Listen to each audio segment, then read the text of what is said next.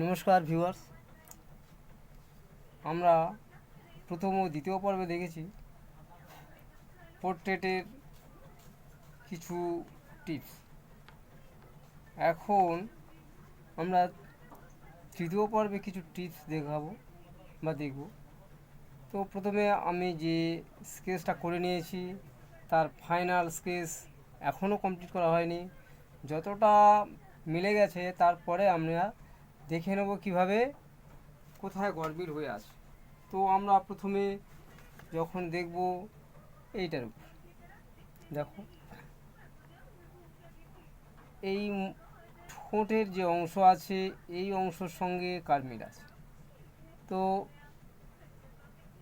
এখানে একটা মিল আছে দেখলাম, তো এখানে ওই রকম দেখব এই যে চোখের সঙ্গে এই ভ্রুর একটা মিল আছে, তাহলে আমরা এই ঠোঁটের সঙ্গে মেলাবো।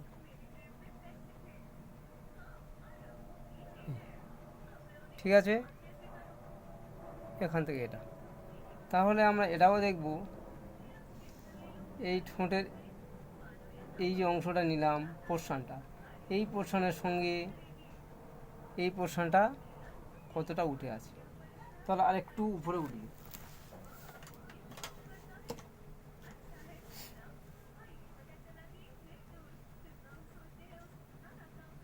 তো আমরা দেখব এখান থেকে হবে এর একটু উপর থেকে হলো। ঠিক আছে,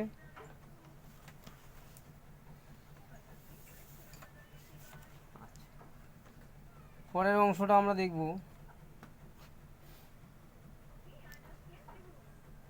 এই পোর্শনটার সঙ্গে দেখা যাচ্ছে ঠোঁটের এই যে হালকা রেখা আছে, এই হালকা রেখার সঙ্গে উপরে যে লাল যে একটা শেডিং দেওয়া রয়েছে সেই শেডিং পর্যন্ত আমরা এখানে এই যে পোর্শনটা নিলাম, নেওয়ার পর দেখা যাচ্ছে এই যে অংশটা আমরা পেয়ে যাচ্ছি, তো এই পর্যন্ত লাল শেডিংটা আমাদের এসে যেতে পারে, তাহলে মোটামুটি মিলে গেছে। আচ্ছা, তারপরে আমরা আবার দেখব এই যে অংশটা আছে এই অংশের সঙ্গে কপালের সঙ্গে নাকের এই যে একটা পোর্শন পাচ্ছি, এই পোর্শনের সঙ্গে আমরা এখানকার এই অংশটা একদম সম্পূর্ণ মিলে গেছে, তাহলে আমরা এখান থেকে সেটাই করব।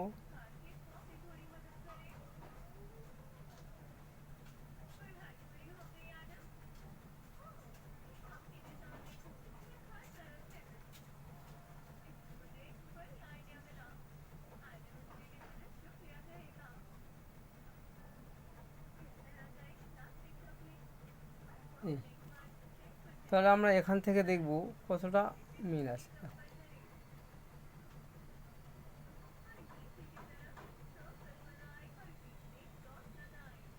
দেখো মিলে গেছে, তাহলে পোর্শনটা মোটামুটি ঠিকই আছে। আচ্ছা, এইবারে আমরা দেখব এখান থেকে একটা সোজা রেখা গিয়ে এখানে অ্যাঙ্গেলের সঙ্গে সেটিং হয়ে গেছে, তাহলে এখান থেকে হালকা একটা সোজা রেখা গিয়ে এই অ্যাঙ্গেলের সঙ্গে মিলে যাবে। ঠিক আছে, আচ্ছা, এবারে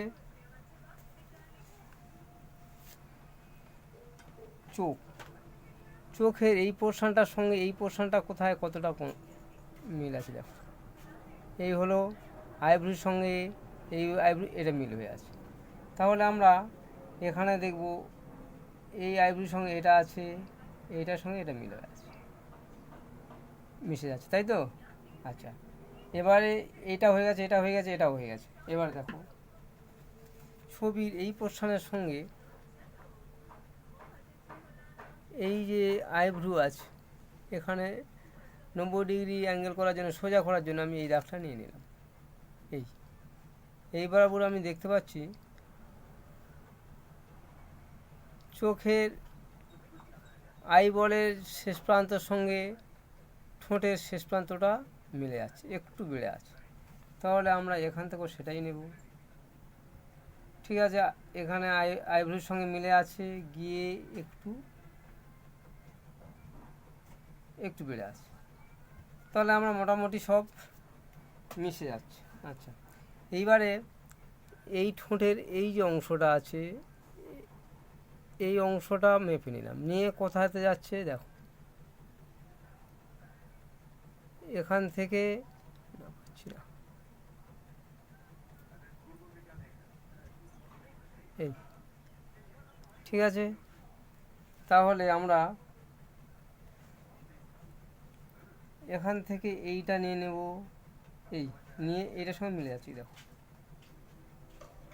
একটু ছোট হচ্ছে আর একটু বাড়াতে। আচ্ছা, তাহলে আমরা এটা আর একটু ছোটো করে দিলেও চলবে, যদি এইটার সঙ্গে অন্য কোথাও একটা মিলে এসে যায় যাচ্ছে। এই আছে, এই নাকের এই পোর্শন আছে, বা এই চোখের সঙ্গে এই পোর্শনটা আছে, তাহলে এই চোখের সঙ্গে যদি এই পোর্শনটা আসে, এই তাহলে মিলে যাচ্ছে। যেহেতু এটা মিলে যাচ্ছে, তাহলে এইটা আর একটু ছোটো হবে, চেপে যাবে।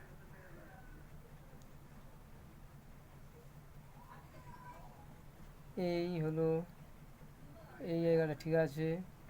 তাহলে এই জায়গাটা আর একটু চেপে যাবে, এই বরাবর হবে। তাহলে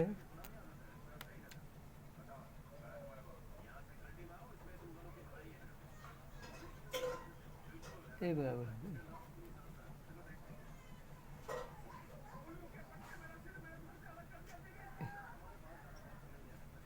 মিলে গেল। আচ্ছা, তাহলে আমরা মোটামুটি মাপের যে পোর্শনটা আছে মেপে নিলাম। এরপরে দেখব এই পোর্শনের সঙ্গে এই পোর্শনের কোথায় মিল হচ্ছে।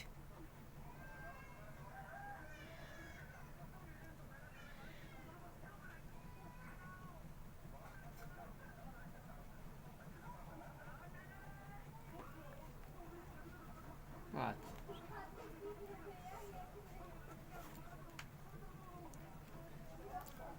এইদিকে একটা আমি পেপার কাটিং রাখলাম, রেখে এই পোর্শনটা দেখো কীরকম লাগছে। তাহলে এই ভ্রুর সঙ্গে এটা যদি আমি রাখি, তাহলে এই সোজা হয়ে এপার ঢুকে যাচ্ছে, ঠিক আছে। তাহলে এই পারে ভ্রুর সঙ্গে আমি যদি এই পারে রাখি সোজা করে, আচ্ছা এই, তাহলে আমরা এটা আরেকটু এপারে পেয়ে যাব, আর একটু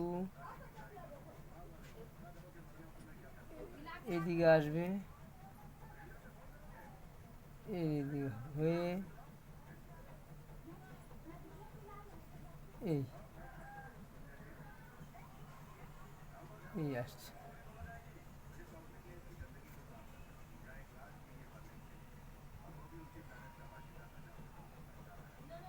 এটাই হবে।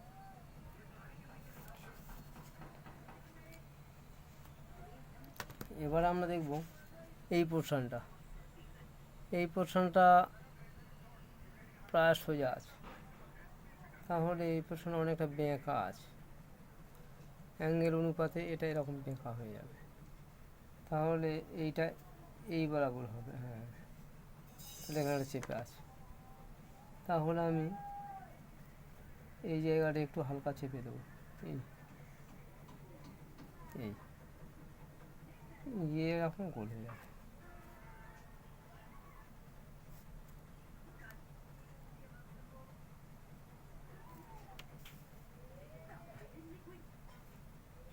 আপাতত এইরকমই থাকলো।